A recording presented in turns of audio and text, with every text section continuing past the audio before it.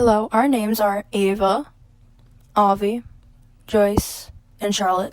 The name of our team is Rush Hour. We are from Unity Charter School in Morristown, New Jersey.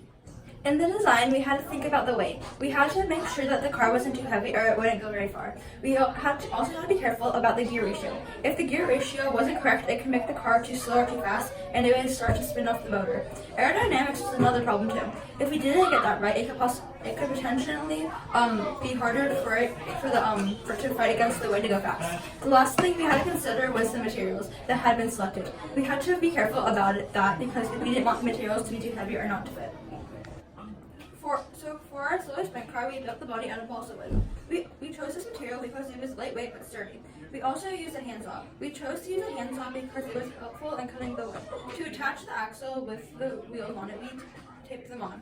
While taping them on, though, we ran into a problem. The body was too wide for one of the axles because we had put a gear on it. We also ultimately decided to use the handsaw to narrow the balsa wood body down a little so the wheels wouldn't hit the body.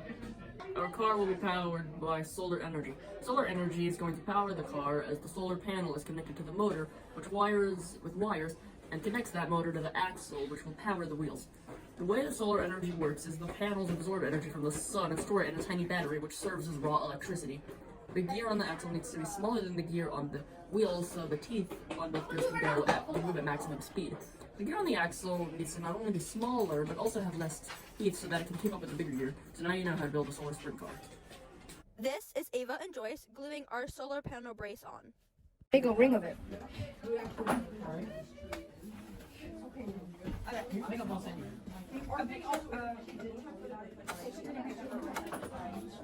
This is our car moving with the solar panel on it.